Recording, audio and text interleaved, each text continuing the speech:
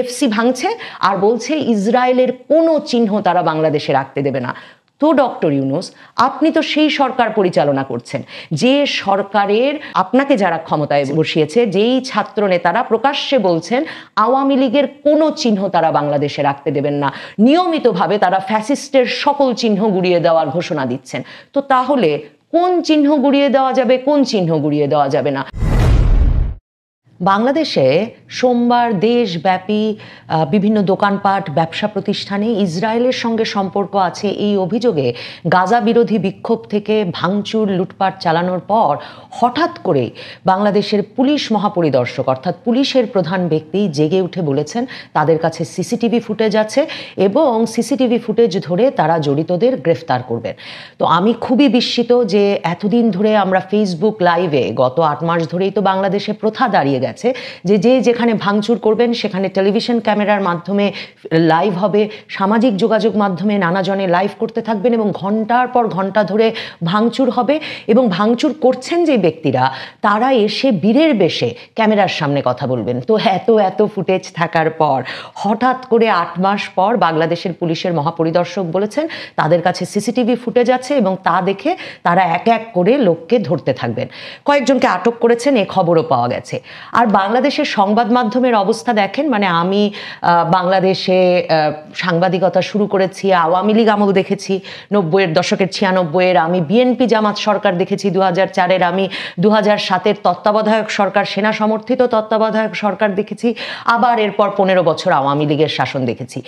এমন হারপিকে ধোয়া পত্রিকা আমি এর আগে কখনো দেখিনি। মানে সোমবার সারাদিন কোনো পত্রিকার কোনো অনলাইন ভার্সনে এই ভাঙচুরের খবর তো নেই এবং সেখানে পুলিশ বা আইন শৃঙ্খলা রক্ষাকারী বাহিনী যে দিনব্যাপী এক একটি শহরে ভাঙচুর চলছে সেগুলোতে কোনো নিয়ন্ত্রণ আনতে পারছে না, সে বিষয়ে কোনো খবর তো নেই। এমনকি মঙ্গলবারের পত্রিকাতেও সে খবরের কোনো আঁচ আপনি খুঁজে পাবেন না। মানে এক হারপিকে ধোয়া একেবারে পরিশুদ্ধ সংবাদ মাধ্যমে পরিণত হয়েছে ফ্যাসিস্ট মুক্ত বাংলাদেশের সংবাদ মাধ্যম। তো এহেন বাংলাদেশে পুলিশের আইজি বলেছেন তারা সিসিটিভি দেখে একে একে জড়িতদের আটক করবেন। কিন্তু যেমন প্রথা দাঁড়িয়ে গেছে গত 8 মাসে, যখন ভাঙচুর চলছে ঘন্টার পর ঘন্টা ধরে, তখন পুলিশকে বা আইন শৃঙ্খলা রক্ষাকারী বাহিনীকে কোথাও দেখা যায়নি। কারণ শত শত হাজারে হাজারে ছাত্র জনতা, তরুণ, তারা ইটপাটকেল ছুড়ছেন, ভাঙছেন, চেয়ার ভাঙছেন, উপর থেকে চেয়ার ছুঁড়ে মারছেন, লাঠি দিয়ে পিটিয়ে পিটিয়ে ভাঙছেন আর লুট করছেন। মানে আমরা 5ই আগস্ট যেই লুট শুরু দেখেছি, পাঙ্গাস মাছ দিয়ে, ব্রা দিয়ে, জামদানি শাড়ি দিয়ে এবং ফ্যান থেকে শুরু করে নানা রকম আসবাবপত্র ভ্যান গাড়ি দিয়ে প্রধানমন্ত্রীর বাসভবন থেকে নিয়ে যাওয়ার সময়, এরপর থেকে তো আসলে বাংলাদেশে ভাঙচুর আর লুটপাট জায়েজ হয়ে গেছে। কারণ ভাঙচুর আর লুটপাটকে বলা হয়েছে এটা রাজনৈতিক ক্ষোভ। কিন্তু এতদিন কোনো সিসিটিভি ফুটেজের খবর পাওয়া যায়নি। তবে কালকেও প্রথা অনুযায়ী একইভাবে পুলিশকে ঘটনাস্থলে দেখা যায়নি। সেনাবাহিনীকে বেশ কয়েক ঘন্টা পরে যখন দেখা গেছে, তখন দেখা গেল সেনাবাহিনী দাঁড়িয়ে আছে, জনতা ভুয়া ভুয়া স্লোগানও দিচ্ছে। কারণ যে অভ্যাস তারা 8 মাসে গড়ে তুলেছে এবং যে অভ্যাসের জন্যে তারা আশকারা পেয়েছে, বাহবা পেয়েছে, তারা তো তাই করবে। কাজে সেনাবাহিনী দাঁড়িয়ে আছে, মানুষ ভ্রুক্ষেপও করছে না। একটু পর দেখলাম সেনা সদস্যরা পুলিশ সদস্যদের মতো দৌড়ে দৌড়ে গিয়ে কয়েকজনের কলার ধরে তাদেরকে নিবৃত্ত করার চেষ্টা করছেন, একজনের কলার ধরছেন আর 20-25 জন আরো ওই দোকানের ভেতর ঢুকে পড়ছে। মানুষ খুব দুঃখ পেয়েছেন যে এত মানে সারা বিশ্বের বিবেককে নাড়িয়ে দেওয়া ঘটনা, গাজায় ইসরায়েলি যে আক্রমণ ঘটছে তার জন্য যে বিক্ষোভ, সে বিক্ষোভ থেকে কেন লুটপাটের ঘটনা ঘটবে, কেন লোকে গিয়ে বাটার দোকান ভাঙবেন এবং বাটার দোকান থেকে হাজার হাজার টাকার জুতা বগলে করে নিয়ে বেরিয়ে আসবেন। ওই যে আমি বললাম যে যদি আপনি কেন ক্ষোভের চোটে আরেকজনের বাড়িতে ঢুকে ঝাড়বাতি নিয়ে বেরিয়ে আসা জায়েজ নয় সেটা সমাজে প্রতিষ্ঠা না করতে পারেন, তাহলে কেন ক্ষোভের জন্য বাটার দোকানে ঢুকে বাটার জুতা নিয়ে আসা জায়েজ নয় সেটা প্রতিষ্ঠা করা তো সে সমাজে মুশকিল, ঠিক না? এখন আবার অনেকে বলছেন কই, বাটা তো ইসরায়েলের সাথে সম্পর্কিত নয়। খুব স্বাভাবিকভাবে বেচারা বাটাকেও তাই বলতে হচ্ছে যে তারা তো একটা চেক পরিবারের অংশ। এরকম অনেক বিদেশি প্রতিষ্ঠান, বিদেশি নামের প্রতিষ্ঠান, এমনকি কোক বিক্রি করার জন্য দেশি রেস্তোরাঁ গতকালকে অর্থাৎ সোমবারে সারা বাংলাদেশ জুড়ে ভাঙচুর হয়েছে। এখন অনেকে বলছেন এর সাথে ইসরায়েলের কি সম্পর্ক থাকতে পারে, কিন্তু ধরুন ধানমন্ডি 32 নম্বরের পাশে থাকতেন বলে সঙ্গীত শিল্পী রাহুল আনন্দকে এক কাপড়ে, স্বামী স্ত্রী শিশু সন্তানকে, এই পরিবারটিকে এক কাপড়ে তাদের বহুদিনের সংসার ছেড়ে বেরিয়ে আসতে হলো, আর ওই বাড়িটি ভেঙে চুড়ে গুড়িয়ে পুড়িয়ে দেওয়া হলো। আপনি তখন বললেন 32 নম্বরের পাশে বলে এমনটা ঘটতেই পারে। আপনি বাংলাদেশের বিভিন্ন জায়গায় সংখ্যালঘুদের ওপর যখন আক্রমণ হলো, আপনি বললেন যে এমনটা ঘটতেই পারে কারণ সংখ্যালঘুরা তো সাধারণভাবে আওয়ামী লীগের সমর্থক, কাজেই রাজনৈতিক ক্ষোভের বহিঃপ্রকাশের হিসেবে এমনটা ঘটছে। এই ঘটনাকে কোনোভাবেই আপনি সংখ্যালঘু নির্যাতন হিসেবে দেখতে পারবেন না। আওয়ামী লীগ করার দায়ে আওয়ামী লীগ নেতা কর্মীদের চাচা, মামা, দাদা 14 গোষ্ঠীর বাড়িতে যখন হামলা শুরু হলো, তাদের বিরুদ্ধে মামলা দেওয়া হলো, আপনি তারও যুক্তি খুঁজে পেলেন। তাহলে ইসরায়েলি ভেবে চেক রিপাবলিকের বাটার বিরুদ্ধে কেন ভাঙচুর করা যাবে না, কেন সেখানে লুটপাট করা যাবে না? মানে কোন লুটপাট জায়েজ, কোন লুটপাট জায়েজ না, কোন ক্ষোভ জায়েজ, কোন ক্ষোভ জায়েজ না? ইউনূস সরকার বরাবর বলে আসছেন, ডক্টর ইউনূস বিভিন্ন জায়গায় যখন তিনি সাক্ষাৎকার দেন দেশি বিদেশি মিডিয়ায়, তিনি বলেন পলাতক শক্তি বাইরে বসে, ভারতে বসে দেশকে অস্থিতিশীল করার চেষ্টা করছে এবং অনলাইনে নানা রকম মন্তব্য করছেন দেখে ক্ষুব্ধ হয়ে এ ধরনের ভাঙচুরের ঘটনা ঘটছে। এখন আমার প্রশ্ন, ডক্টর মোহাম্মদ ইউনূস, পশ্চিমের এত প্রিয়, পশ্চিমের এত এত পুরস্কার পাওয়া ডক্টর ইউনূস, তিনি কি এখন দেশি বিদেশি সাক্ষাৎকারে বলবেন যে আসলে ইসরায়েলের প্রতি ক্ষোভে বাংলাদেশ অস্থিতিশীল হয়ে আছে এবং গাজার হামলা যতদিন বন্ধ না হবে এবং গাজার সমস্যার একটা সমাধান না হবে ততদিন বাংলাদেশে ভাঙচুর চলবে?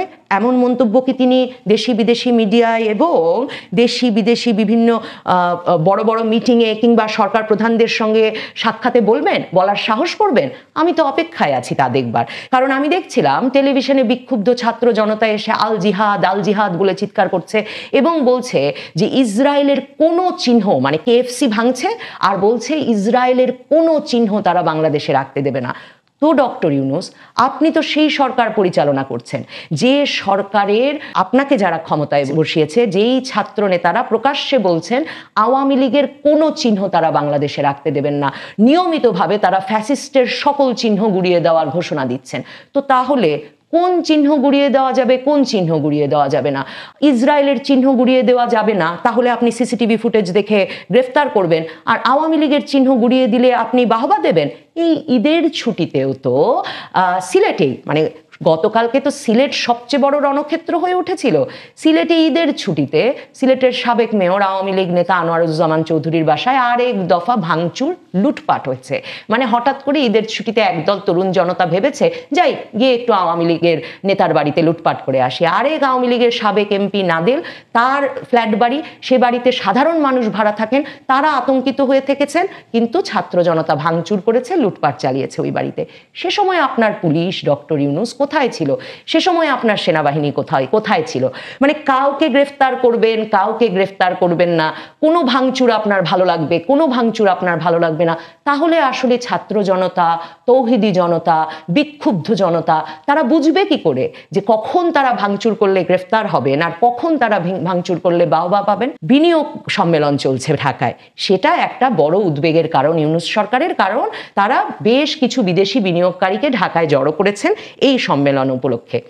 তো বাংলাদেশের বিনিয়োগ কর্তৃপক্ষের যিনি প্রধান, বিডার প্রধান, তিনি দেখলাম বলেছেন সংবাদ মাধ্যমের কাছে, কড়া বক্তব্য দিয়েছেন যে এই সব বিদেশি প্রতিষ্ঠানের ওপর ভাঙচুর সহ্য করা হবে না, কারণ এই সব বিদেশি প্রতিষ্ঠান বিনিয়োগ করেছে এই দেশে এবং তারা ব্যাপক পরিমাণ এমপ্লয়মেন্ট, তারা ব্যাপক পরিমাণ কর্মসংস্থান সৃষ্টি করেছে বাংলাদেশে, কাজেই এ ধরনের কোনো ভাঙচুর সহ্য করা হবে না।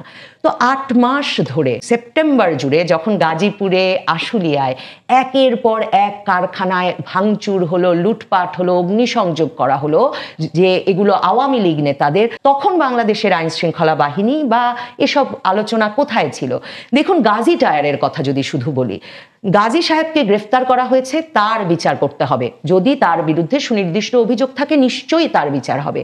কিন্তু গাজী টায়ারের মতো 20 বছরের পুরনো একটা সুপ্রতিষ্ঠিত ব্যবসা প্রতিষ্ঠান, যাদের 2000 কোটি টাকার উপরে ব্যবসা ছিল, 3,000 মানুষ এই কারখানাটিতে কাজ করত। দিনের পর দিন ওই কারখানাটি জ্বলল, লুটপাট চলতে থাকলো। লুটপাট করতে গিয়ে অনেক সোনার ছেলে নিহত হলেন। এই অবস্থাটিতেও সরকারের মুখ থেকে কোনো আওয়াজ বের হলো না যে এভাবে কারখানা ধ্বংস করলে, আগুন দিলে, ভাঙচুর করলে, মেশিনারিজ লুটপাট করলে, কারখানা বন্ধ করে দিতে বাধ্য করলে আসলে হাজার হাজার মানুষ তার কর্মসংস্থান হারাবে, হাজার হাজার মানুষ বেকার হবে, ক্ষুধা বাড়বে, দারিদ্র্য বাড়বে, সমাজে অস্থিতিশীলতা বাড়বে। দেখুন, এখন যারা বিনিয়োগ নিয়ে কথা বলছেন, সত্যি মনে করেন যে শুধুমাত্র বিনিয়োগ সম্মেলনের দিনে বাটার শোরুমে আর কেএফসির শোরুমে হামলা হলেই বিনিয়োগ বন্ধ থাকে? যারা বিনিয়োগ করেন তারা খোঁজ রাখেন না যে ঢাকা শহরের বুকে রাজনৈতিক ক্ষোভের নামে 32 নম্বরে 3 দিন ধরে আগুন জ্বলে? তারা খোঁজ রাখেন না ঢাকা শহরের বুকে গুলশান বনানীতেও বাড়ির ভেতরে হঠাৎ করে মধ্যরাতে ঢুকে যাওয়া যায়? তারা কি খোঁজ রাখেন যারা বাংলাদেশে বিনিয়োগের জন্য এবার এসব ভাঙচুরের বিরুদ্ধে শক্ত হওয়ার কথা বলছেন? তারা কি খোঁজ রাখেন যে সাভার এলাকায় কত কত পাড়া আসলে ভাড়াটিয়াবিহীন হয়ে গেছে, শূন্য হয়ে গেছে, শ্রমিক শূন্য হয়ে গেছে? কারণ শুধু ধরুন গাজী টায়ারে কাজ করতেন এমন ব্যক্তিরা, শত শত শ্রমিক থাকতেন সাভারের খাদুন নামের একটা গ্রামে। সেই গ্রামে এখন ভাড়াটিয়া পাওয়া যায় না। 30,000 টাকায় বিভিন্ন ফ্যাক্টরিতে কাজ করতেন, ওই ফ্যাক্টরির ভেতরে কোয়ার্টারে থাকতেন। মানে একটা মধ্যবিত্ত জীবন যাপন করা অনেক ব্যক্তি এখন 3,000 টাকার চাকরি পাচ্ছেন না। কিভাবে তারা তাদের সংসার চালাচ্ছেন? কিভাবে তারা তাদের সন্তানদের লালন পালন করছেন?